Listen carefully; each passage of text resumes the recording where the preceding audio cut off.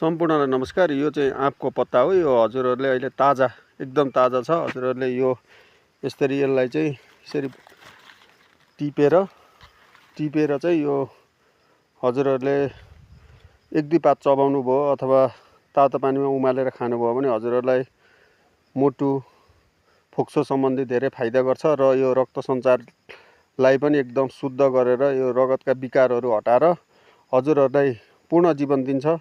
र यो आयुर्वेदिक औषधिहरूलाई हजुरहरूले सही तरिकाले अथवा विज्ञको सल्लाह अनुसार प्रयोग गर्नुभयो भने हजुरहरूले 90% रोगमा चाहिँ अथवा 90 अथवा 95% रोगमा चाहिँ हजुरहरू हस्पिटल जानु पर्दैन। यसको प्रयोग गर्नु होला र हजुरहरूले आफ्ना साथीभाइ इष्टमित्रहरूलाई पनि जानकारी दिनु होला। यो बाडुल्गी लाग्दा पनि यो रामबाण औषधि हुन्छ। हजुरहरूले प्रयोग गर्नु होला र सबैले एक एकवटा सेयर गरेर सम्पूर्ण नेपालीमाझ पुर्याइदिनु होला। हस्त नमस्कार, धन्यवाद।